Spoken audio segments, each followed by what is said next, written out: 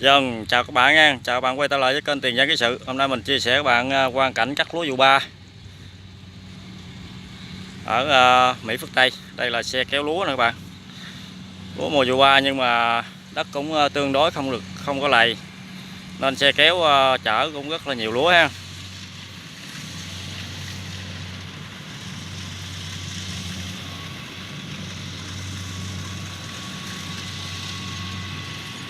Hôm nay bắt đầu khai đồng rồi các bạn.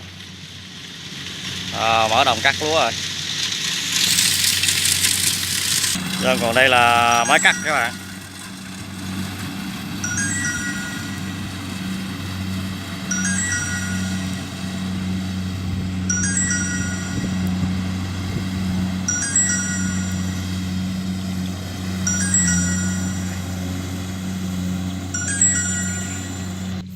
Chứ các bạn, đây là cái hoàn cảnh cắt lúa vụ 3 nha các bạn.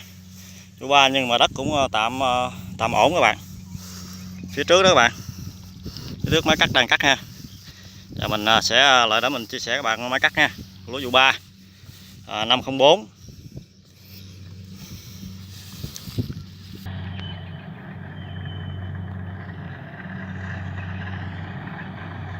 Đây máy cắt đang cắt các bạn.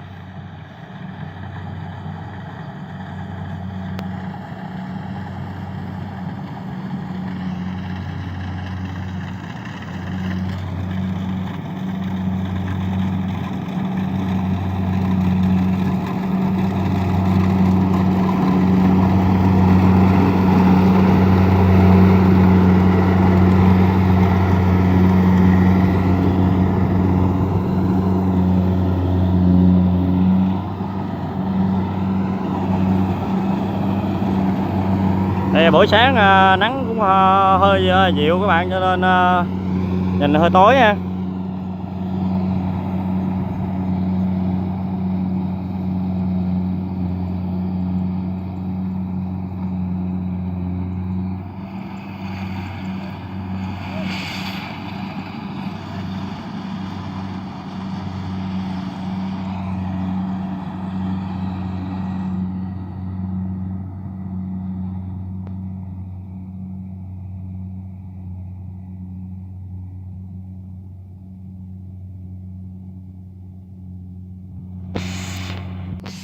Mình đi xích xuống đây xem mấy em nhỏ bắt chuột các bạn.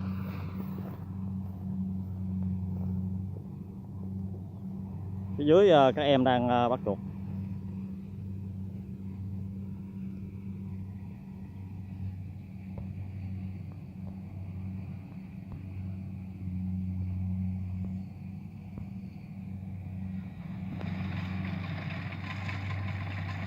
Đây phải đứng xa xa ra mới được, chứ gần quá quay không được các bạn, khó quay lắm.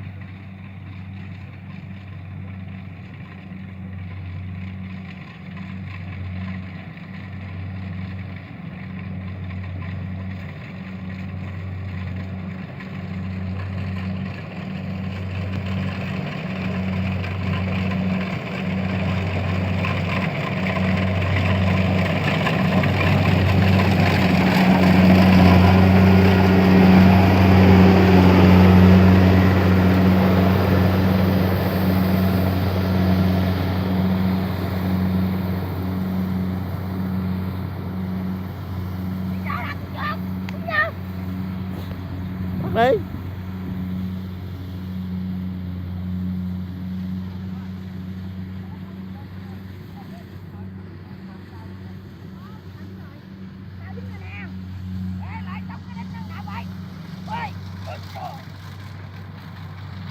Wow.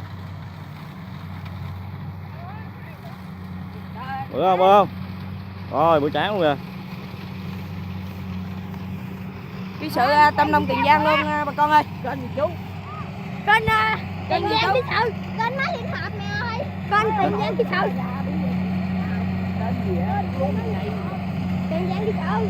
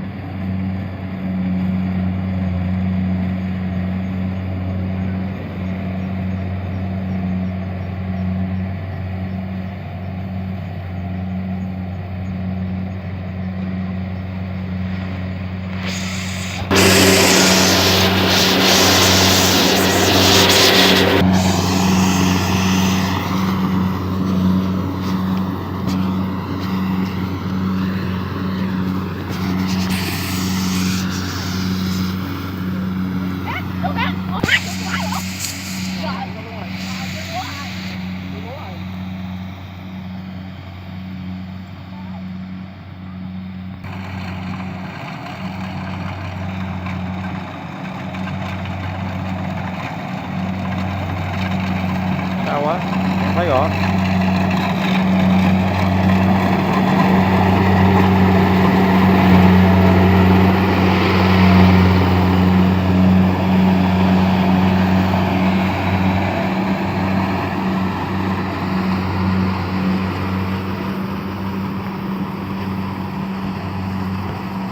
Cái hồ sáng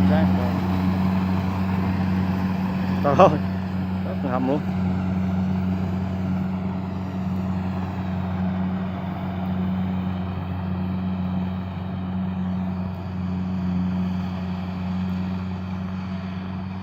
Này tối quá.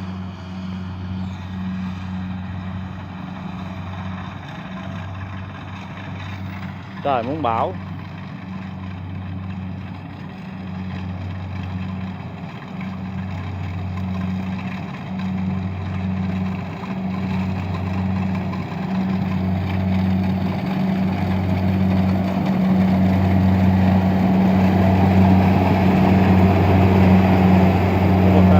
C70.